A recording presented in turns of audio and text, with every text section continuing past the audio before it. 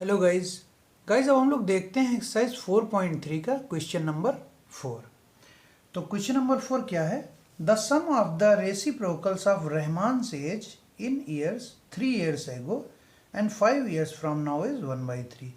Find his present age. तो रहमान की edges का 3 years ago वाली एज और 5 years फ्रॉम नाउ वाली एज दोनों के रेसिप्रोकल्स लिए और उनका सम कर दिया। तो सम कितना आता है? 1/3। तो रहमान की प्रेजेंट एज हमको निकालनी है। ठीक है, तो जो हमको निकालना है उसको हम लोग कुछ लेट कर लेंगे। तो कहा है फाइंड हिज प्रेजेंट एज, तो हम लोग मान लेंगे रहमान की प्रेजेंट एज x है। ठीक है, तो चलिए शुरू करते हैं इसको। Let Rahman's present age is x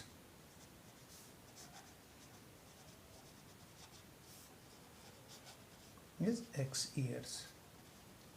ठीक, फिर क्या कहता है क्वेश्चन में कि the sum of reciprocals of Rahman's age in years 3 years ago and 5 years from now. तो 3 साल पहले उसकी एज क्या होगी और 5 years के बाद उसकी क्या होगी as.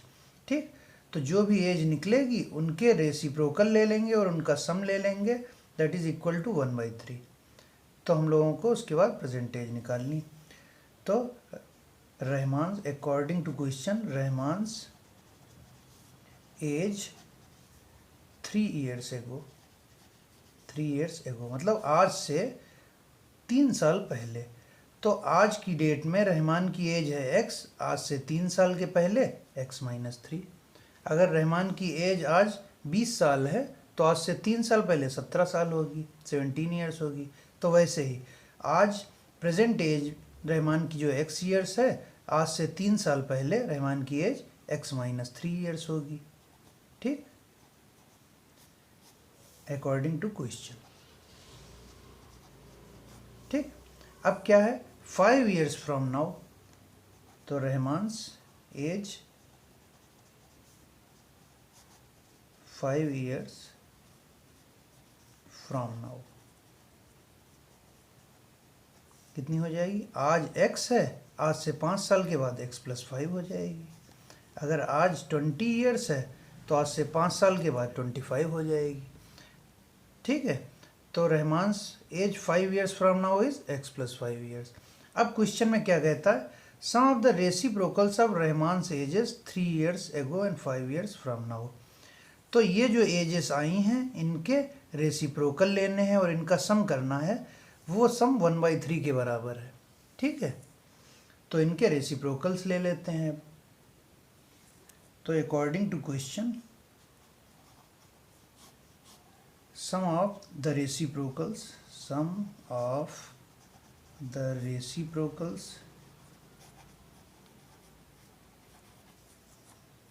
of Rahman's age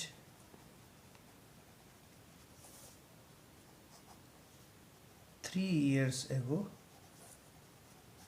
and 5 years from now is 1/3। ठीक, तो रहमान की एज 3 साल के पहले कितनी है?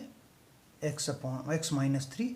तो इसको क्या लिख लेंगे? रेसिप्रोकल में 1/x-3 प्लस रहमान की एज 5 साल के बाद कितनी है? तो 1/x+5। और ये सम किसके बराबर है? 1/3 के बराबर है। ठीक है, तो ये हमारे इक्वेशन बन गई 1/x-3 प्लस 1/x+5 बराबर 1/3। अब हमको इससे x की वैल्यू निकालनी है। तो x की वैल्यू निकालने से पहले हम लोगों को इसे सिंप्लीफाई करना होगा और क्वाड्रेटिक इक्वेशन फॉर्म करनी होगी। ठीक है, तो हम लोग पहले इसको सॉल्व कर लेते हैं। तो कैसे सॉल्व करेंगे इसको? x-3 x+5 को हम लोगों ने एलसीएम ले लिया। तो यहाँ क्या बचेगा? x-3 से इन दोनों टर्म को डिवाइड करेंगे तो x-3 कैंसिल, बचेगा x+5 प्लस x+5 से इसको डिवाइड करेंगे तो x+5 कैंसिल हो जाएगा, बचेगा x-3।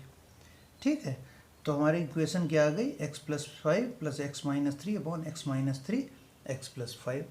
ठीक है, तो यहाँ से x प्लस x 2x हो गया, 5 - 3 2 हो गया प्लस का upon x minus 3 x plus 5 बराबर 1/3।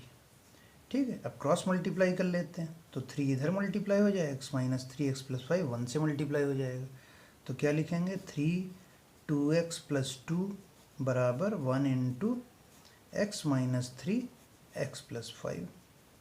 ठीक, अब इसको सिंप्लीफाई कर लेते हैं तो 3 2 जा 6x प्लस 6 बराबर इनको मल्टीप्लाई कर लेंगे तो क्या आएगा x square plus 5x minus 3x minus 15।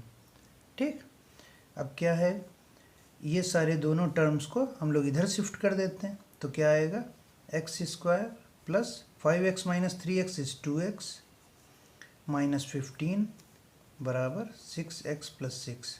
अब इसको इधर शिफ्ट कर देंगे। ठीक है, तो हमारा आया है 6x प्लस 6 बराबर x square plus 2x minus 15।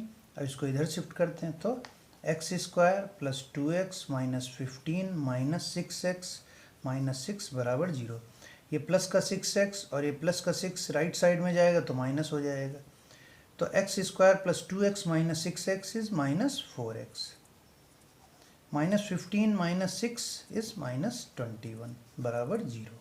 ठीक, तो ये हमारी क्वाड्रेटिक इक्वेशन बन गई। अब इस क्वाड्रेटिक इक्वेशन को हमको सॉल्व करके x की वैल्यू चाहिए। ठीक है, अब इसको सॉल्व कर लेते हैं।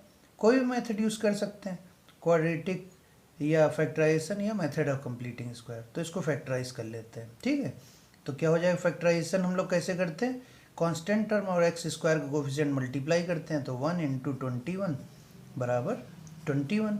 अब 21 के ऐसे फैक्टर करने हैं कि उनका एडिशन या सब्ट्रैक्शन 4 आ जाए। तो 21 इज 3 7 या 21, 7 माइनस 3 3 7 या 21 और 7 माइनस 3 इज 4। तो यहाँ लिख लेते हैं 7 माइनस 3x माइनस 21 बराबर 0। ये हमारा रफ वर्क है। ठीक, तो एक्स स्क्वायर ब्रैकेट ये ओपन कर देते हैं, x square minus 7x plus 3x minus 21 बराबर 0।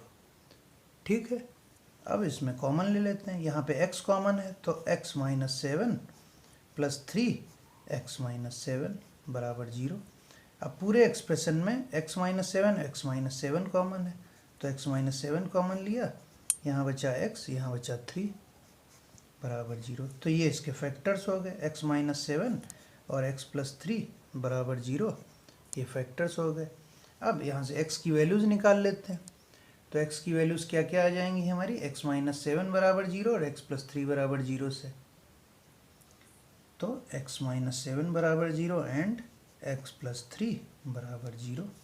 तो x की वैल्यू यहाँ से क्या आ गई 7 और x की वैल्यू यहाँ से आ गई माइनस 3। तो x बराबर माइनस 3 और 7, ये x की वैल्यूज़ आ गई। अब क्वेश्चन में पूछा है रहमान की प्रेजेंट एज क्या है, तो किसी की भी एज नेगेटिव नहीं होती। कभी हम लोगों ने कहीं सुना है किसी की एज कोई बोले कि -3 ईयर्स है, -4 ईयर्स है।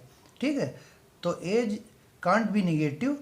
तो हम लोगों की जो x की वैल्यू आएगी वो 7 होगी, 7 हम लोग कंसीडर करेंगे। तो hence Rahman's present age is 7 years।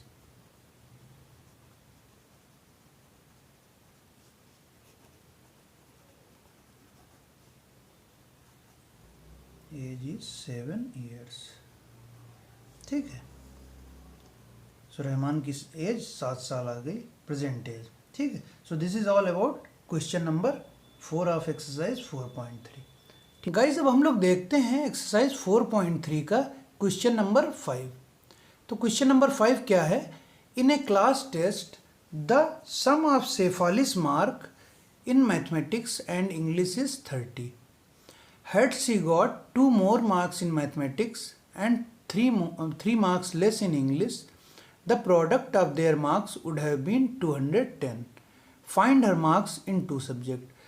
तो क्या है क्वेश्चन, एक क्लास टेस्ट में शेफाली को मैथमेटिक्स और इंग्लिश में 30 मार्क्स मिले, मिला के मैथमेटिक्स और इंग्लिश में मिला के 30 मार्क्स मिले।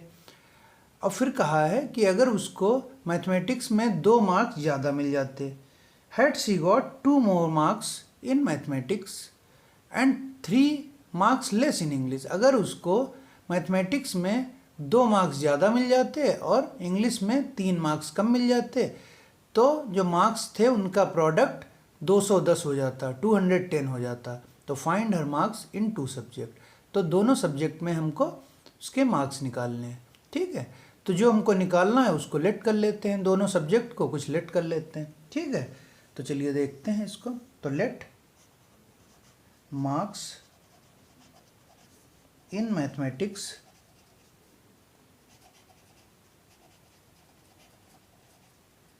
Is m।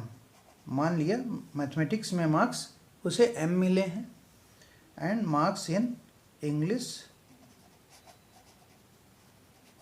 Is e। ठीक, मैथमेटिक्स में मार्क उसे m मिले हैं और इंग्लिश में e मिले हैं, ये हम लोगों ने लेट कर लिया। अब क्वेश्चन के अकॉर्डिंग चलते हैं। तो क्या कहता है question, in a class test the sum of Shefali's mark in mathematics and English is 30।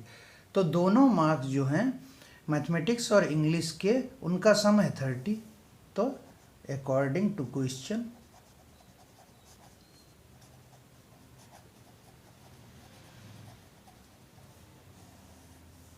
Some of marks in both is equal to 30। मतलब मैथ और इंग्लिश में उसके मार्क्स 30। ठीक है, ये हमारी इक्वेशन 1 हो गई। ठीक है, अब दूसरी कंडीशन क्या है, had she got 2 more marks in mathematics. अगर उसको मैथ में 2 मार्क्स ज़्यादा मिलते और इंग्लिश में 3 मार्क लेस मिल जाते, तो उनका जो प्रोडक्ट है मार्क्स का 210 हो जाता। ठीक है, 210 हो जाता। तो क्वेश्चन के अकॉर्डिंग क्या कहता है, अगर उसको अकॉर्डिंग टू क्वेश्चन, अगर उसको मैथ में 2 मार्क्स ज़्यादा मिलते, तो अगर उसको मैथ हमने m माना है, उसको अगर मैथ में 2 मार्क्स ज़्यादा मिल जाते और इंग्लिश में 3 मार्क्स कम मिल जाते, इंग्लिश में 3 मार्क कम मिल जाते, तो उनका जो प्रोडक्ट है वो 210 हो जाता। तो ये हमारी कंडीशन नंबर 2 हो गई। ठीक, मैथ में अगर उसको 2 मार्क्स ज़्यादा मिल जाते, इंग्लिश में 3 मार्क्स कम मिल जाते, तो उसका प्रोडक्ट 210 हो जाता। तो अब इन कंडीशंस के हिसाब से हम लोगों को एक क्वाड्रेटिक इक्वेशन फॉर्म करनी है और मैथ और इंग्लिश के मार्क्स निकालने हैं। ठीक है, अब हमारी क्वाड्रेटिक इक्वेशन एक वेरिएबल में होती, तो हम लोग या तो m को यहाँ से रिप्लेस कर दें या e को रिप्लेस कर देते हैं। ठीक है, तो यहाँ से इक्वेशन 1 से e की वैल्यू क्या आ जाएगी, तो फ्रॉम 1 e की वैल्यू निकाल लेते। तो फ्रॉम 1 e की वैल्यू हमारी क्या आ जाएगी, 30 माइनस m। ये हमारी e की वैल्यू आ गई। This is equation 3। अब जहाँ जहाँ हमारा e आया है, हम लोग e को 30 माइनस m से रिप्लेस कर देंगे। ठीक है, तो क्या करेंगे, फ्रॉम 2 and 3 क्या हो गया हमारा, m प्लस 2, और e की जगह लिख देते हैं 30 माइनस m माइनस 3 बराबर 210। अब हमारा एक ही वेरिएबल है क्वाड्रेटिक इक्वेशन के लिए, तो इसको थोड़ा सा सिंप्लीफाई कर लेते हैं। तो m plus 2, 30 minus 3 is 27 minus m बराबर 210। अब इसको मल्टीप्लाई कर लेंगे, तो क्या हो गया, m into 27 is 27m, m into minus m is minus m square, 2 into 27 is 54 और minus 2 into minus m is 2m बराबर 210। ठीक, ये बन गया। अब इसको थोड़ा सा रीअरेंज कर लेते हैं और सिंप्लीफाई कर लेते हैं। तो क्या हो जाएगा, रीअरेंज करते हैं, minus m square 27m minus 2m is 25m plus 54 बराबर 210। ठीक है, अब क्या करते हैं, 210 को लेफ्ट साइड में ले लेते हैं, तो minus m square plus 25m plus 54 minus 210 बराबर 0। ठीक है, अब क्या हो गया, ये 54 माइनस 210 इज 156, तो minus m square plus 25m minus 156 is equal to 0। ठीक, तो हमारी क्वाड्रेटिक इक्वेशन बन गई है। अब यहाँ पे -m² आ रहा है तो पूरी इक्वेशन को -1 से मल्टीप्लाई कर देते हैं, तो मल्टीप्लाई बाई -1, ठीक, -1 से मल्टीप्लाई कर देंगे तो ये -m² हमारा +m² हो जाएगा और ये माइनस ये प्लस हो जाएगा, ठीक है। तो -1 से इसको मल्टीप्लाई कर देते हैं, तो -1 into -m² plus 25m minus 156 बराबर 0 इंटू -1, तो माइनस माइनस प्लस हो गया, m² माइनस 25m प्लस 156 बराबर 0। अब इसको फैक्टराइज कर लेते हैं हम लोग। तो फैक्टराइज करने के लिए इसका कोफिशिएंट और इसको मल्टीप्लाई कर लेंगे, तो क्या आ जाएगा 156 इंटू 1 इज़ 156। अब इसको फैक्टर कर लेंगे 156, तो क्या हो जाएगा 2 7 जा 14, 2 8 जा और 2 39 एंड 3 13। तो देखिए ये 13, तो इसके फैक्टर क्या हो गए 2 इंटू 2 इंटू 3 इंटू 13, 2 2 जा 4, 4 3 जा 12, 12 इंटू 13 इज़ 156, तो 12 इंटू 13 इज़ 156 और 12 13 एंड 12, 13 प्लस 12 इज़ 25। तो इसको फैक्टराइज कर लेते हैं, तो क्या हो जाएगा m² minus 12 plus 13m plus 156 बराबर 0। तो हम लोग इसको क्वाड्रेटिक फार्मूला या मेथड ऑफ कंप्लीटिंग स्क्वायर से भी सॉल्व कर सकते हैं। तो m² minus 12m minus 13m plus 156 बराबर 0, ठीक है। तो क्या हो गया, यहाँ पे m कॉमन ले लिया तो m माइनस 12 माइनस 13 कॉमन ले लिया, m माइनस 12 बराबर 0। तो इस पूरे एक्सप्रेशन में m माइनस 12 कॉमन है, तो m माइनस 12 कॉमन ले लिया। यहाँ क्या बचा, यहाँ पे m बचा, यहाँ 13, तो m माइनस 13 बराबर 0। तो हमारे फैक्टर्स क्या आ गए m माइनस 12 और m माइनस 13। तो m की वैल्यू अब निकाल लेते हैं, तो क्या आ जाएगी m की वैल्यू, m माइनस 2 बराबर 0 एंड m माइनस 13 बराबर 0। तो m की वैल्यू हमारी आ गई 12 और 13, ये हमारी m की वैल्यूज़ आ गई। अब ये हमारी मैथ्स की वैल्यू है, मैथमेटिक्स की, ठीक है। तो ये हमारी मैथमेटिक्स की वैल्यू है m बराबर 12 और 13। तो अब हमको इंग्लिश की वैल्यूज़ निकालनी है, ठीक है। तो हमारी फर्स्ट इक्वेशन क्या थी, यूजिंग इक्वेशन 1। हमारी इक्वेशन फर्स्ट क्या थी, m प्लस ई बराबर 30, और इसी को हम लोगों ने क्या बनाया था, e बराबर 30 माइनस m, ठीक।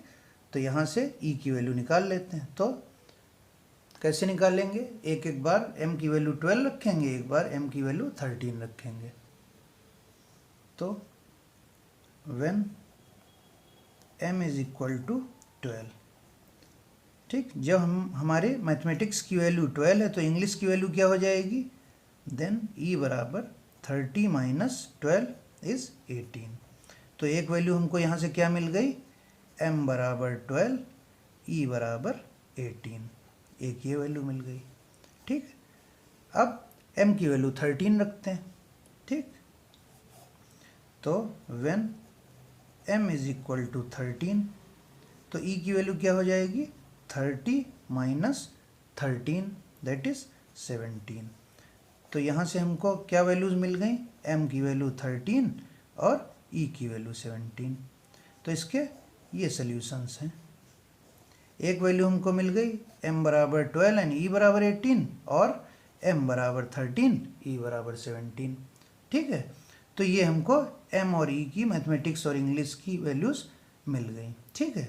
So this is all about question number 5.